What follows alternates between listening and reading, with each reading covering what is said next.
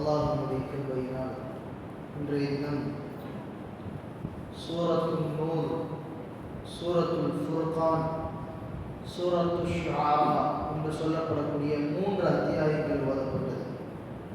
இதில் மீண்டும் அல்லாஹ் தஆலா நிறைய சட்டங்கள், திருமண சட்டங்கள், ஒழுக்க ரீதியான சட்டங்கள், ஒரு வீட்டுக்குள்ளே போகும்போது எப்படி போகணும், அதுபோல திருமணத்தின் ரீதியான சட்டங்கள் என்ன, நபிமார்கள் வியாபாரம் செய்தார்கள், அவர்களது வியாபாரம் என்ன, மூசா அலைஹிஸ்ஸலாம் கடலை பிளந்த சம்பவம், இப்ராஹிம் அலைஹிஸ்ஸலாம் அவர்களுடைய வாழ்க்கையில் நடந்த அவர்களது தந்தையினுடைய சம்பவம் எல்லாத்தையும் அல்லாஹ் தஆலா சொல்றான்.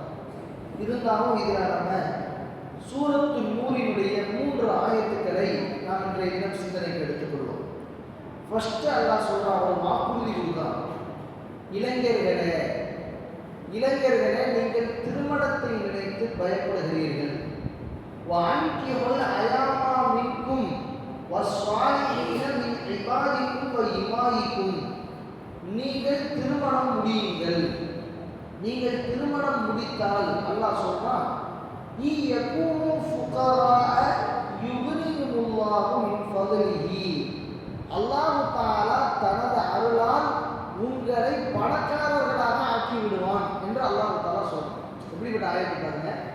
நீங்க திருமணம் முடிங்க, திருமணம் முடிச்சீங்கன்னா என்ன நடக்கும்? அல்லாஹ் உங்களை பணக்கார. அப்போ நம்ம சிந்தனைக்கு வரும், கல்யாணம் முடிச்ச எல்லாரும் பணக்காரர்களாக இருக்கிறாங்களா? அப்படி நம்ம புரிஞ்சு கொள்ளக்கூடிய விடயங்கள். பரக்கத்தை அல்லாஹ் தந்துடுவான். அல்லாஹ் தஆலா அபிவிருத்தியுடைய வாசலை திறந்துடுவான். எப்போ?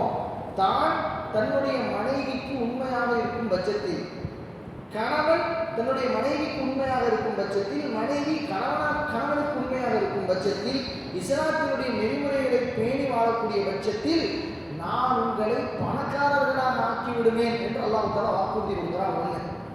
ரெண்டாவது அல்லாஹ் சொல்றான், குல்லில் முஃமினீன, ஈமான் கொண்ட ஆண்களே, யகுல்லு அப்சாரஹும், நீங்கள் உங்களது பார்வைகளை தாழ்த்துங்கள். நீங்கள் உங்களது பார்வைகளை தாழ்த்துங்கள். வயஹ்ஃபது ஃபுரூஜஹும், உங்களது மர்ம உறுப்புகளை பாதுகாத்துக் கொள்ளுங்கள். 2 இடத்த சொல்றான். 3 திருமணத்தை ஒட்டியே இருக்கும். கல்யாணம், இந்த மாதிரி வாணிபத்தை எப்படி கழிக்கணும் அப்படிங்கிற மாதிரியே இருக்கும். அல்லாஹ் தஆலா சொல்றான், நீங்கள் உங்களது பார்வையை தாழ்த்துங்கள். இப்பொழுது நடக்கக்கூடிய மிக எல்லா விதமான பாவங்களுக்கும் அடிப்படை ஃபர்ஸ்ட் முக்கியமான இந்த காம விஷயத்தில் நடக்கிறது பார்வை. நான் ஒரு பிள்ளையை லவ் பண்ணுறேன் அப்படின்னு ஒருத்தர் சொல்கிறான். அவனுக்கு அந்த பிள்ளையை முதல்ல எப்படி தெரியும்? அந்த பார்வையினால் அந்த பார்வை தான் அவனை ஒரு பெண்ணின் பக்கம் விழ வைக்கிறது. அதனால தான் நான் சொல்கிறேன், முதல் பார்வையை தாழ்த்து. நபி ஸல்லல்லாஹு அலைஹி வஸல்லத்தோட ஒரு சஹாபி ஒட்டகத்தில் போகிறாங்க. இதுக்கப்புறம் ஒரு பெண்மணி வந்து நபி ஸல்லல்லாஹு அலைஹி வஸல்லம்கிட்ட ஒரு மசாலா கேட்குறாங்க, ஒரு சட்டம் கேட்குறாங்க. யார் ரசூலுல்லாஹ் அப்படின்னு. அந்த சஹாபி அந்த பெண்ணை பார்த்துக்கிட்டு இருக்கிறாங்க. நபி ஸல்லல்லாஹு அலைஹி வஸல்லம் முகத்தை திருப்பினாங்க. ரெண்டாவது தடவையும் அவர் திருப்பினதுக்கு அப்புறமா அவர் பார்த்தார் இந்த சஹாபி வாழ்வில். அதனால சஹாபாக்கள் தவறானவன்னு சொல்ல வரல, எப்படி நபி ஸல்லல்லாஹு அலைஹி வஸல்லம் சஹாபாக்களை பண்படுத்தினார்கள் என்பதற்கு நான் இந்த விஷயத்தை சொல்றேன். அவர் நம்மளுடைய பார்வையில் சொல்ல போனால் சைட் அடிக்கிறார். அதான் இளைஞர்கள் பேசிக்கிறாங்க, சைட் அடிக்க போனாங்க. இப்போ இப்படி பண்ண நபி ஸல்லல்லாஹு அலைஹி வஸல்லம் திருப்பிட்டு சொன்னாங்க, லைஸரக்கல் ஊலா, முதல் பார்வை இருக்குது அது யதார்த்தமானது. ரோட்டில் போனோம், ஒரு பெண், அந்நிய பெண் வர்றாங்க, நம்ம எடுத்த உடனே ஒரு பெண்ணின் பார்த்து தெரியாமல் பார்த்தோம். முதல் பார்வை ஹராம் அல்ல, தவறல்ல, அது ஒரு பெண்ணின் தெரிஞ்சிருச்சு. ரெண்டாவது அந்த இது பெண்ணின் தெரிந்ததற்கு பின்னாலும் உனது பார்வையை தாழ்த்தாமல் மீட்டுகிறாய் பார், இது ஷைத்தானுடைய பார்வை அப்படின்னா. ஷைத்தானுடைய பார்வைன்னு சொல்லிட்டு அல்லாஹ் தஆலா தொடர்றான். ரெண்டாவது உங்களது மர்ம உறுப்பை பாதுகாத்துக் கொள்ளுங்கள். யார் தங்களது பார்வைகளை தாழ்த்திக் கொள்ளவில்லையோ அவர்களுக்கு அடுத்து கெட்டு போறது, அவர்கள் விபச்சாரத்தின் பக்கம் நெருங்குவார்கள். அதனால தான் அல்லாஹ் தஆலா சொல்லிட்டான். நபி ஸல்லல்லாஹு அலைஹி வஸல்லம் சொன்னாங்க, விபச்சாரம் 4 வகைப்படும். கண் செய்யும் விபச்சாரம், கால் செய்யும் விபச்சாரம், கை செய்யும் விபச்சாரம். இந்த எல்லா விபச்சாரங்களும் ஒன்று சேரும் எப்பொழுது ஒருவன் தங்களது அந்தரங்க உறுப்பை பால்படுத்தி விட்டான். அதாவது கண்ணால் செய்யக்கூடிய விபச்சாரம்னா அந்நிய பெண்ணை பார்த்தல், கையால் செய்யக்கூடிய விபச்சாரம்னா அந்நிய பெண்ணை தொடுதல், காலால் செய்யும் விபச்சாரத்தின் பக்கம் ஒரு பெண்ணை பார்ப்பதற்காக நடந்து செல்லுதல். இவைகள் யாவும் விபச்சாரத்தினுடைய தண்டனைகளாகும். இதில் மொத்தமாக கடைசியாக எப்போ அவருக்கு பாவம் கிடைக்கும்னா, எப்போ தங்களது இச்சையை பூர்த்தி செய்து கொள்கிறாரோ அப்போ அவருக்கு மொத்த பாவமும் எழுதப்படும், எல்லாத்துடைய தீமையும் எழுதப்படும். விரிசலாட்சி சொல்லிட்டு நேற்றே ஓதப்பட்ட வசனங்கள் வந்துச்சு. அஸ்ஸானியத்து வஸ்ஸானி, விபச்சாரம் செய்த ஆணுக்கும் விபச்சாரம் செய்த பெண்ணுக்கும் ஃபஜ்லிது குல்ல வாஹிதின் மின்ஹுமா மீஅத்த ஜல்தா, 100 கசைடி கொடுக்கணும். 100 கசைடி. அவர்கள் திருமணம் ஆனவர்களாக இருந்தால் இந்த சட்டம், திருமணம் ஆனவர்களாக இருந்தால் அவர்களுக்கு கல்லடி கொடுக்கும். விரிசலாட்சி ஒரு பெண்மணி இருந்தாங்க. வேற சூழல்லாம் நான் விபச்சாரம் செஞ்சுட்டேன், என் வயிற்றுல ஒரு குழந்தை உண்டாயிடுச்சுன்னா எனக்கு இப்போ தௌபா வேணும், பாவம் மன்னிக்கணும். இப்போ நபிசலாலிஸ்லாம் நினைச்சிருந்தா அல்லாஹ்ட்ட துவா கேட்டியா, அல்லாஹ் இந்த பெண்ணை மன்னிச்சிரு, தெரியாமல் பண்ணிட்டாங்க, பாவம் மன்னிப்பு கேட்டு வந்திருக்கிறாங்க, கையை துவா கேட்டிருந்தா அல்லாஹ் மன்னிச்சிருவாங்க. அல்லாஹ் தனிப்பட்ட விசேஷமான துவா நபிக்கு கொடுத்துருப்பாங்க. நபிசலாலிஸ்லாம் நாங்கள் வயிற்றுல குழந்தை இருக்கான்னு கேட்டாங்க. ஆமா யார் சொல்லுவாங்க, நீங்கள் குழந்தைய பெற்றெடுத்துட்டு வாங்க, குழந்தைய பெற்றெடுத்துட்டு வாங்க. அந்த பெண்மணி ஈமான்ல உறுதியாக இருந்தாங்க. அந்த அம்மா குழந்தையை பெற்றெடுத்துட்டு வந்தாங்க. வந்ததுக்கப்புறம் நபிசலாலிஸ்லாம் இந்த குழந்தைக்கு பால் கொடுத்துட்டு வாங்க. ஹவுலைனி காமிலேனி, பால் கொடுத்துறது 2 வருடம், அல்லாஹ் குர்ஆன்ல சொல்றா 2 வருடம் பால் கொடுத்துட்டு வாங்க. இப்போ இதில் மொத்த ப்ராசஸ் பார்த்தா 3 வருஷம். ஒரு 10 மாதம் வயிற்றுல சுமந்துருக்காங்க. என்ன அதில் ஒரு 2 மாதத்தை மட்டும் எடுத்துட்டா அப்ராக்சிமேட்டாக 3 வருஷம். இந்த 3 வருஷத்தில் மனசு எப்படினாலும் மாறி போயிருக்கலாம். நம்ம ஏன் தௌபா கேட்கணும்? கண்ணடி வாங்க போகிறது, கண்ணடி வாங்க போகிறாங்க. எனக்கு நீங்கள் இந்த தண்டனையை நிறைவேற்றுங்க. அந்த பெண்மணி வர்றாங்க. நபிசலாலிஸ்லாம் குழந்தையை பெற்றெடுக்க சொல்லிட்டு அதுக்கு பால் கொடுத்துட்டு பாலை வார்க்கடிக்க வச்சுட்டு அதுக்கப்புறம் அந்த பெண்மணி வராங்க. யாரும் தண்டனையை நிறைவேற்றுங்க. பாவமணிக்கு வேணும். இந்த உலகத்தில் யாருக்கு தண்டனை கொடுக்கப்பட்டு விட்டதோ, அவர் செய்த பாவத்துக்கு தண்டனை கொடுக்கப்பட்டு விட்டால் மறுமையில் அதற்கான தண்டனை கிடையாது. நல்லா தெரிஞ்சுக்கணும். இந்த உலகத்தில் ஒருத்தர் கொலை செஞ்சார், அவருக்கு பதில் கொலை தண்டனை கொடுக்கப்பட்டுருச்சுன்னா அவருக்கு மறுமையில பாவம் கிடையாது. இந்த உலகத்தில் ஒருத்தர் ஒரு பாவம் செஞ்சிருக்கிறாரு, ஒரு திருடிட்டாரு, அதுக்கு அரசாங்கத்தின் ரீதியாக கைவிட்டப்பட்டுருச்சு, அவருக்கு மறுமையினால எந்த பாவமும் கிடையாது, பரிசுத்தமாக வருவார். அந்த அம்மாவுக்கு கல்லடி தண்டனை நிறைவேற்றப்படுது.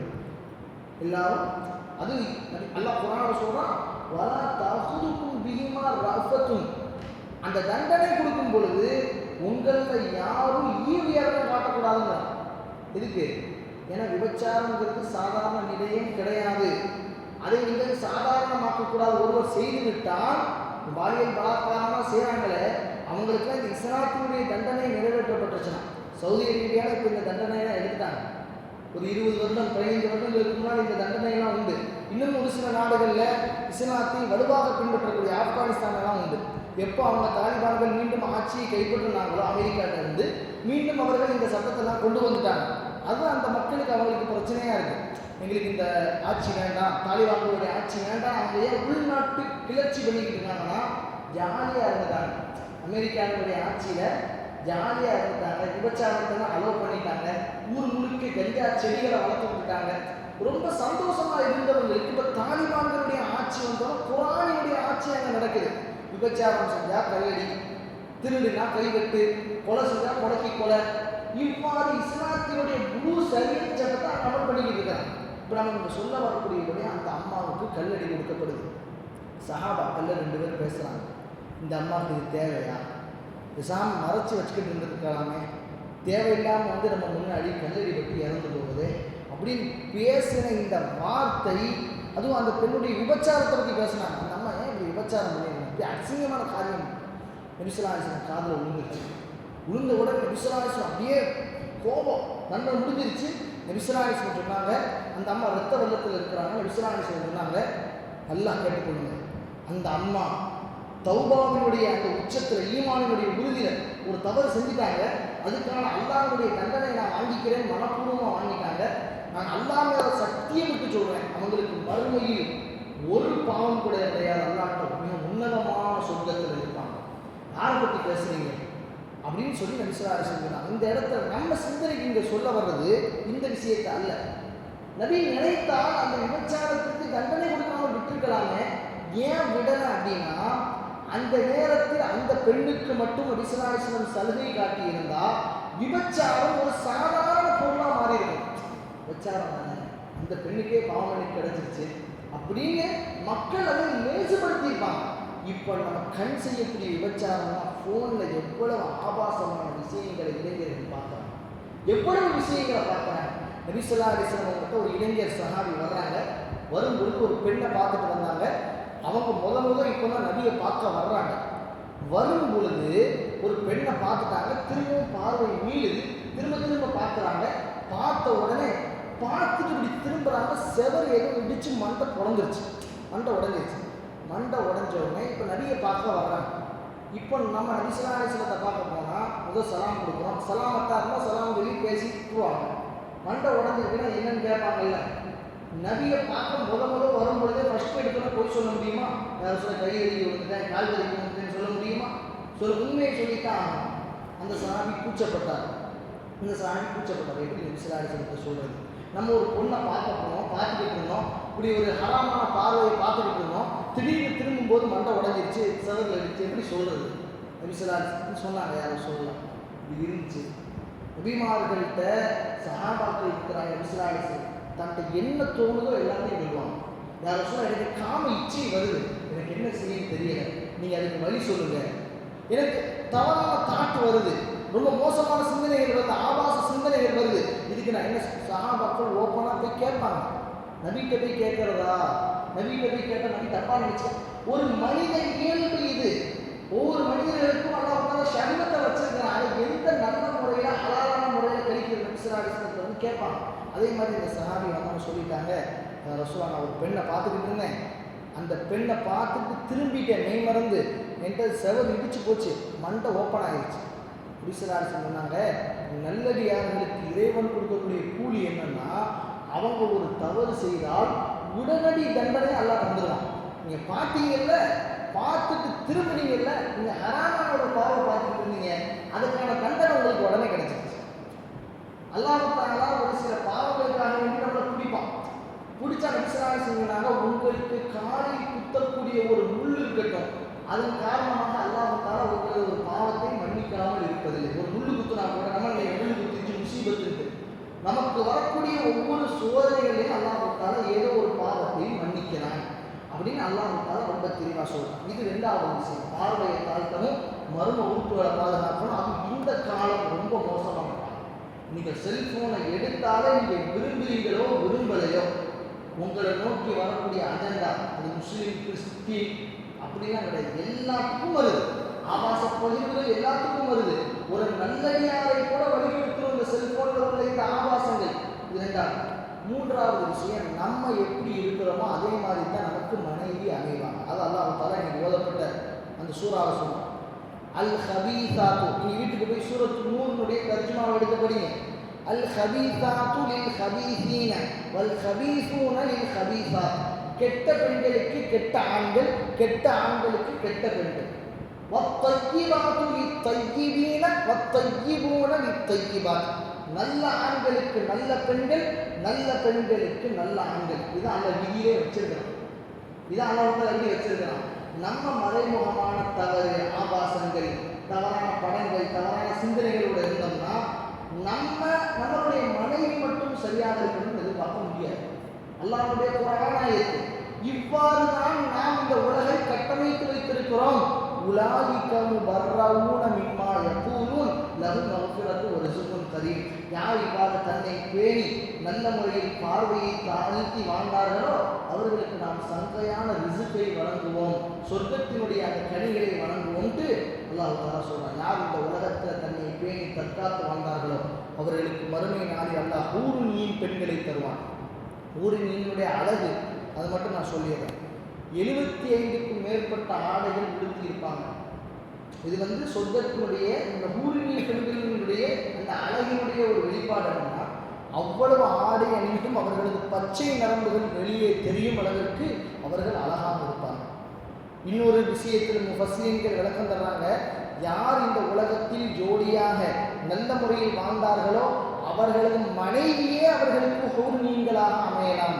யாரு தன் கற்பை பாதுகாத்து, தங்களது பார்வைகளை பாதுகாத்து, மர்ம உறுப்புகளை பாதுகாத்து இந்த உலகத்தில் வாழ்ந்தார்களோ அவர்களுக்கு என்று நபி ஸல்லல்லாஹு அலைஹி வஸல்லம் விளக்கப்படுத்தி தராங்க.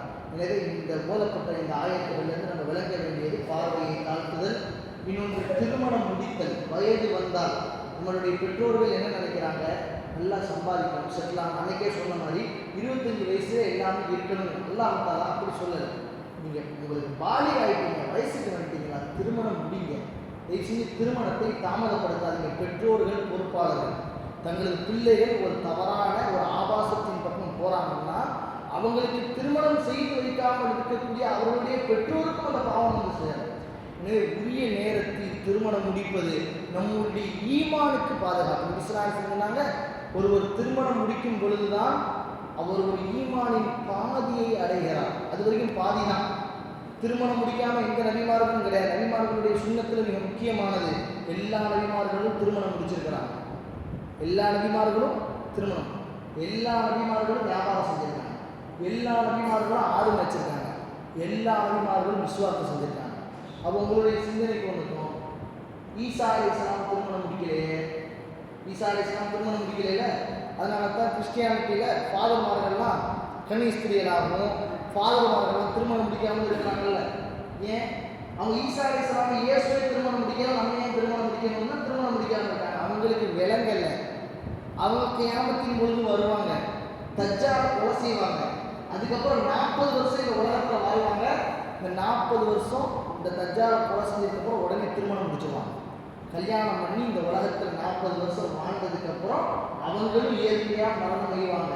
நம்ம சொல்ல வரக்கூடிய விஷயம், எல்லா நபிமார்களும் திருமணம் முடித்திருக்கிறாங்க. ஈசா அலைஹிஸ்ஸலாம் திருமணம் முடிப்பார்கள். அல்லாஹ் ஜல்ல ஷானஹு தஆலா ஓதப்பட்ட இன்னொரு ஆயத்து, அல்லாஹ் தஆலா, யா அல்லாஹ், எங்களது குடும்பத்தை, எங்களது மனைவியை, எங்களது பிள்ளைகளை எங்களுக்கு கண்குளிர்ச்சியாக ஆக்கு. ரப்பனா ஹப் லனா மின் அஸ்வாஜினா வ துர்ரியாத்தினா குர்ரத அயுனி வஜஅல்னா லில் முத்தகீன இமாமா அப்படின்னு அல்லாஹ் தஆலா ஒரு துஆவை சொல்லித் தந்தான். அல்லாஹ் தஆலா அப்படிப்பட்ட நல்ல குடும்பமாக, இப்ராஹிம் அலைஹிஸ்ஸலாம் அவர்களை போன்றுள்ள குடும்பமாக அல்லாஹ்